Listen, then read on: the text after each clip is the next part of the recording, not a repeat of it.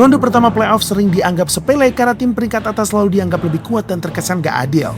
Tapi yang terjadi di ronde pertama tahun ini jauh berbeda dari itu. Ada tim peringkat atas yang kena comeback setelah unggul 3-1, ada tim yang mayoritas berisi pemain cadangan tapi berhasil membantai tim mantan juara yang punya All-Star dan 3 kali MVP NBA, bahkan ada tim yang dibantai 61 poin di game ke-7. Dan yang paling menarik, semua itu masih bagian kecil saja dari kegilaan yang sesungguhnya di ronde pertama ini. Mari kita mulai dari seri yang membangkitkan rivalitas lama, yaitu Boston Celtics melawan Philadelphia 76ers. Celtics adalah tim yang difavoritkan untuk memenangi seri ini karena mereka adalah tim peringkat 2 di wilayah timur, sedangkan Sixers peringkat 7. Di era Jason Tatum, Jaylen Brown, dan Joel Embiid, ini pun mereka sering bertemu di playoff. Namun Celtics selalu keluar sebagai pemenang. Tapi hal tersebut tidak membuat kepercayaan diri fans Sixers berkurang, karena setelah menang di play-in, ini yang mereka katakan. Saat itu, fans Sixers terdengar cukup konyol, karena di game pertama, Sixers langsung dibantai habis-habisan oleh Celtics. Dan setelah 4 game berlangsung, Celtics sudah unggul 3-1 dan seri ini seperti bakal punya cerita yang sama, yaitu Brown dan Tatum adalah rajanya, dan Sixers lagi-lagi nggak bisa lepas dari kutukan Celtics. Tapi masalahnya, ketinggalan Sixers yang jauh ini juga disebabkan oleh Embiid yang absen dalam 3 game pertama. Saat dia sudah kembali, Sixers langsung menang dominan atas Celtics dalam 2 game beruntun. Gak cuma itu, Embiid sendiri mengumpulkan catatan statistik yang sangat memuaskan. Mengingat dalam beberapa tahun terakhir karirnya berada di ambang kehancuran karena badai cedera, semua performa itu pastinya sangat berarti untuk Embiid. Tapi yang setelah inilah yang bakal menentukan jati diri Embiid sebagai pebasket di era sekarang. 3 tahun lalu, Sixers dan Celtics juga sempat bermain sampai game ke-7. Dan di game ini, permainan Embiid terlihat sangat memalukan. Padahal dia baru saja dinobatkan sebagai MVP NBA.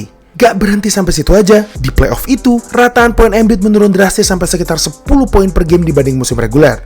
Ini adalah penurunan rataan poin terbesar antara musim reguler dan playoff untuk seorang MVP. Jadi, bukan cuma karena cedera. Embiid memang pada dasarnya telah menunjukkan tren yang sangat menyedihkan dalam produktivitasnya. Game 7 tahun ini, akhirnya Embiid jadikan untuk memutar balik realita itu. Dan yang dia lakukan di lapangan, Embiid right into Tatum, and he banks it home. Brown knocking down a big one. Embiid, and he goes for the contact. Look at Brown. Oh, we're in the park. We're in the park. And Embiid wins the bet. Embiid goes down. Embiid will load it up and knock it down. He says quiet down. Embiid berhasil mencetak 34 poin, 12 rebound, dan 6 assist untuk membawa Sixers memenangi game ke-7 dari Celtics. Celtics memang bermain tanpa Tatum di game ini, tapi dengan comeback 3-1 dari musuh bebuyutannya ini, gua rasa Embiid berhasil membangkitkan reputasinya lagi. Sixers akhirnya menjadi tim peringkat 7 pertama yang mengalahkan tim peringkat 2 di wilayah timur dalam 7 game di ronde pertama. Tapi setidaknya Celtics sebagai tim peringkat atas sempat mendominasi dengan menang 3 kali dalam 4 game pertama. Gimana jadinya kalau ada tim yang lebih jago dari Celtics? Tapi mereka lah yang justru tertinggal 3-1 dari tim yang lemah dalam tanda kutip. Narasi itu bisa kita lihat dari seri Detroit Pistons melawan Orlando Magic. Musim ini, Pistons berhasil bangkit dan bermain hebat lagi pada musim reguler dengan memenangi 60 dari 82 game. Mereka bisa dipastikan akan lolos dari ronde pertama. Apalagi lawan mereka adalah Orlando Magic yang kondisinya sempat acak-acakan menjelang playoff.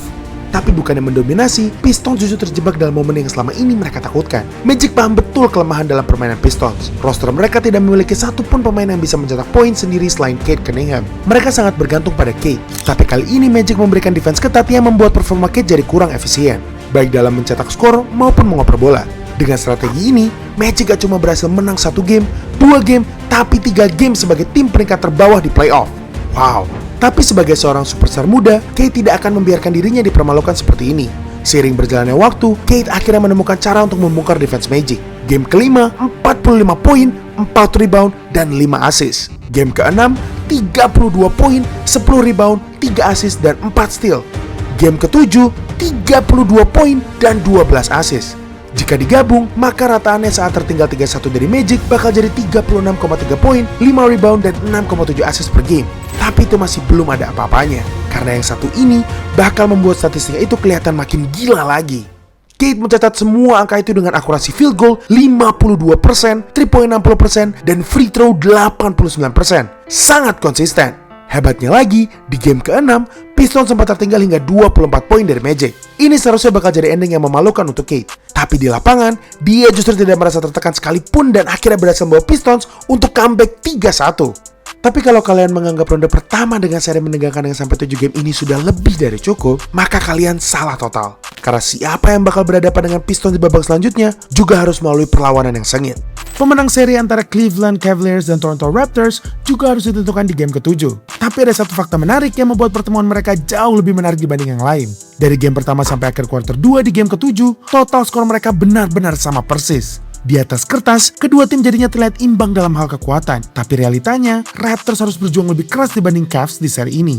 Playmaker utama sekaligus opsi ketiga mereka, Immanuel Quickley, harus absen sepanjang seri karena cedera pada akhir musim. Kalau itu masih belum cukup parah, bintang mereka, Brandon Ingram, juga mengalami cedera di tengah-tengah seri. Dengan begitu saja, Raptors jadi semakin terpuruk dan kewalahan.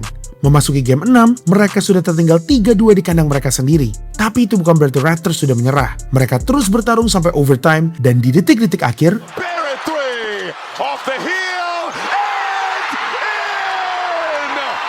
OMG!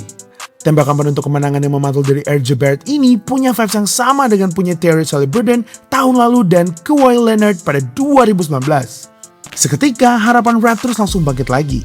Namun sayangnya, sepertinya mereka sudah kehabisan gas di game ke-7. Karena akhirnya, Cavs yang keluar sebagai pemenang. Dan berbicara tentang kehabisan gas, ada satu seri di ronde pertama ini di mana sebuah tim benar-benar dipermalukan di kandang mereka sebelum tereliminasi. New York Knicks dan Atlanta Hawks akhirnya bertemu lagi di ronde pertama playoff. Tahun 2021, Trae Young berhasil menjadi pahlawan untuk Hawks dan fans Knicks melabelnya sebagai penjahat. Sekarang dengan Trae yang sudah tidak bersama Hawks, ada satu pemain yang siap menggantikan posisinya. McCollum, the silencer. And getting going before the defense can set up. McCollum gets it to go. Plus the off the screen. McCollum gets downhill and flips it in. He's like, yeah, I love 28 on the night. Cross on Brunson. Get in the paint. Float it up. Float it in. McCollum turn in the corner.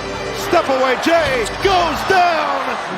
Giliran CJ McCollum yang mendapatkan 1000 hujatan dari fans Knicks setelah dia mencetak 32 poin dan 6 assist dalam kemenangan Hawks di game kedua. Seri akhirnya berjalan sangat kompetitif sampai game kelima dengan Knicks yang unggul atas Hawks 3-2. Tapi di game ke-6 terjadi sesuatu yang gak pernah disangka-sangka semua orang. Bukannya menjadi game yang ketat, Hawks malah dibantai habis-habisan di kandang mereka. Bahkan di kuarter 2, skornya sempat 7-2-2-2, tertinggal 50 poin, sangat memalukan. Gak berhenti sampai situ aja, terjadi pula pertengkaran yang menurut gue disebabkan oleh rasa frustasi karena pembantaian ini. Permainan Knicks terlihat sempurna dari awal sampai akhir game, dan mereka akhirnya menang dengan skor akhir 140-89, beda 51 poin. Tapi seri Knicks dan Hawks bukan satu-satunya panggung di mana seseorang bisa dipermalukan segitu hebatnya. Pertemuan antara Minnesota Timberwolves dan Denver Nuggets juga memberikan hasil yang serupa. Denver Nuggets digadang-gadang punya roster terhebat di era Nikola Jokic, jauh lebih hebat dibanding skuad juara mereka pada 2023. Sehingga ekspektasinya adalah mereka paling tidak tembus sampai final wilayah. Sedangkan Wolves, skuad mereka kurang lebih sama seperti musim sebelumnya. Tapi bintang utama mereka, Anthony Edwards, harus bermain sambil cedera. Nuggets menang game pertama dan Wolves berhasil mencuri kemenangan di game kedua. Tapi apa yang didapat Wolves ini bukan kemenangan biasa. Karena setelah game itu berakhir, ini yang dikatakan salah satu pemainnya. Go out for Jokic, Jamal, all the bad defenders, Tim Hardaway, Cam Johnson, Aaron Gordon, the whole team. Like, just go at them. They're all bad defenders. Yeah, they're all bad defenders. Jaden McDaniels terang-terangan mengejek semua pemain Nuggets padahal seri ini masih satu sama. Ada dua kemungkinan yang bisa terjadi dengan pernyataan itu. Pertama, Nuggets bakal termotivasi dan membuat McDaniels dan Wolves tutup mulut. Kedua, Wolves berhasil membuktikan bahwa perkataan mereka benar dan membuat mental Nuggets kacau balau. Hasilnya bisa kita lihat di game ketiga.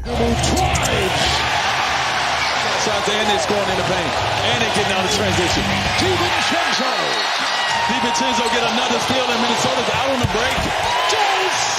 Risk it tonight. So the plan as of now is to regroup tomorrow, map out next step. Everyone had to say about his comments about them on both ends. Sepertinya apa yang dikatakan McDaniels cukup benar, tapi Wolves masih punya cara lain untuk semakin mempermalukan Jokic dan Nuggets. Di game keempat, Wolves harus kehilangan Donte DiVincenzo dan N itu sendiri karena cedera. Dengan ini, mereka pada dasarnya sudah nggak punya siapa-siapa lagi. Tapi sedikit yang Nuggets tahu, skuad Wolves ini punya identitas dan culture yang kuat. Mau sebanyak apapun pemain mereka yang cedera, pemain cadangan mereka selalu siap untuk menjadi pengganti. Dan di game keempat ini, Ayo Dosunmu yang jadi pusat perhatian dengan mencetak 43 poin dan berhasil membawa Wolves unggul 3-1. Tapi itu masih nggak ada apa-apanya kalau dibandingkan dengan yang satu ini. Di game ke-6, Ayo Dosunmu juga harus absen karena cedera. Sekarang sudah ada 3 pemain guard Wolves yang tidak bisa bermain. Bagaimanapun, ternyata itu tetap nggak bisa menguntungkan Nuggets karena Wolves punya senjata rahasia lain.